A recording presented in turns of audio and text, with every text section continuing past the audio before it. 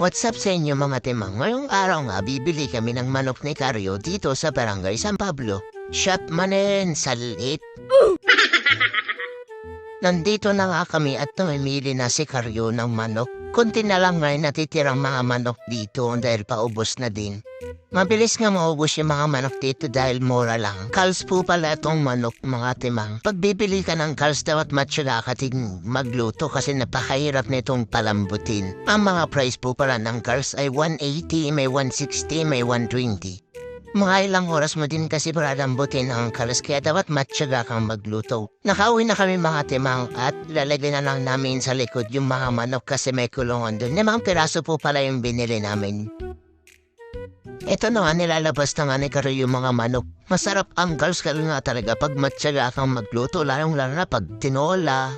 Sigurado man nga mapurga kami tiarak man ni Karyon. Tapos papagalitan kami, sasabihin nila na doon kami sa labas matulog sa may tiris. Gustong gusto namin na. Siyempre, magdiridors kami. Shot maned sadli. Yan lang kayo, relax lang kayo, huwag kayong maalis.